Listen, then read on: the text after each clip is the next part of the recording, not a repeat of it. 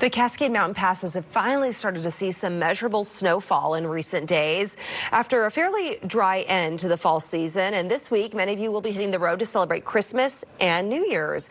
And you need to make sure your car, truck, or van, whatever you're driving, is in good working order. Steve is down in the Arc Lounge with Adam Miller from the Seattle-based Grease Monkey franchise. Steve, get us ready for winter travel. Yep, we're ready for those road trips, right, Holly? That's right. That's right. Adam's going to help us out. Nice to have you with us here. Hey, thanks for having me on. How you doing this morning? I'm doing pretty good. Good. Yeah.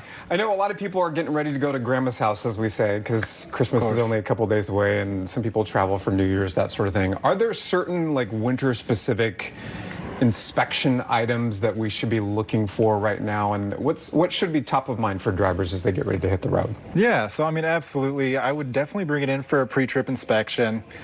Somewhere like a Grease Monkey, where we do a 16-point safety inspection. We check over all the fluids. We'll test the battery, check the filters, and make sure your tire pressure is good and inflated for that long trip. Okay. Are there certain questions, like say somebody comes in for an oil change or just to make sure that everything's kind of in working order for the winter driving conditions?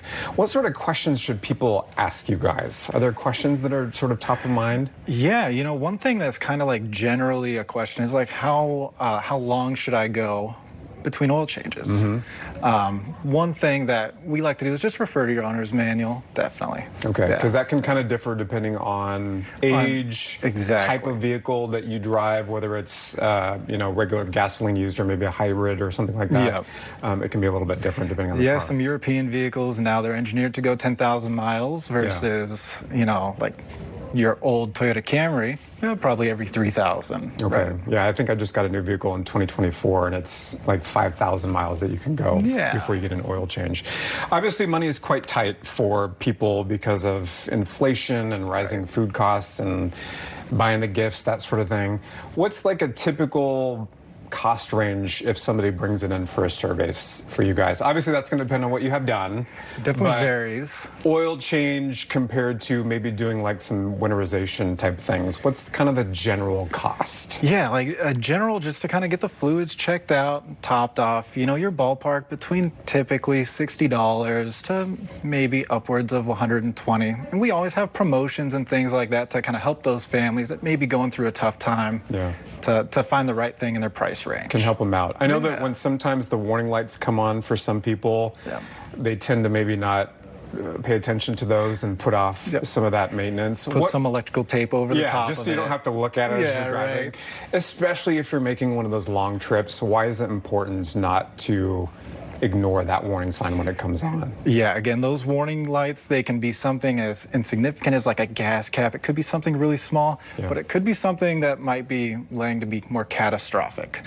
So it's definitely something to get inspected before you go on that long journey, because you don't want any hiccups along the way, especially if you have your family in the car or anything like that. Yeah, you don't want to get stuck on the side of the road when you're with grandma and parents and kids, and especially with kids, Especially with kids, Especially with kids, sort of vary on whatever type of vehicle you have. In terms of, we talked about the oil changes, maybe that varies a little bit. Does some of the service things that people need to get done, does that vary? Definitely very.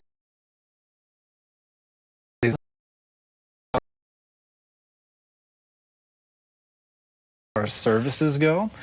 So that's a good benchmark to kind of have in your head as like, okay, hey, I'm at 30,000, it's time to get the bigger service done. And that's going to include, you know, taking care of the transmission and basically making sure everything else is good to go. What type of demand do you see during this time of year when we're making that transition from fall to winter? Do you see more people coming in to kind of get some of that tune-up or oil change work? Yeah, you know, typically like the term is like winterization, right? So we'll definitely get a good amount of volume from that. And, you know, it's mainly just kind of catering to the cooling system, make sure there's enough coolant in the vehicle, make sure we flush it so the freeze point isn't low. That's pretty much about it. Do you recommend people make an appointment, or is that one of those situations where you can just pop in and hopefully get the work done quickly? Nice part about Grease Monkey is we are built on convenience. So we are first come, first serve. We do have the option to make an appointment if you just kind of want to get your name in there, but it's still just kind of a stop in, and we'll get to you as soon as we can. Wonderful. Thanks for getting us prepared for the winter season, Adam. Hey, thank you. Happy holidays to you. Happy holidays. We're ready to hit the road, Holly. We are ready. We're ready to do it safely.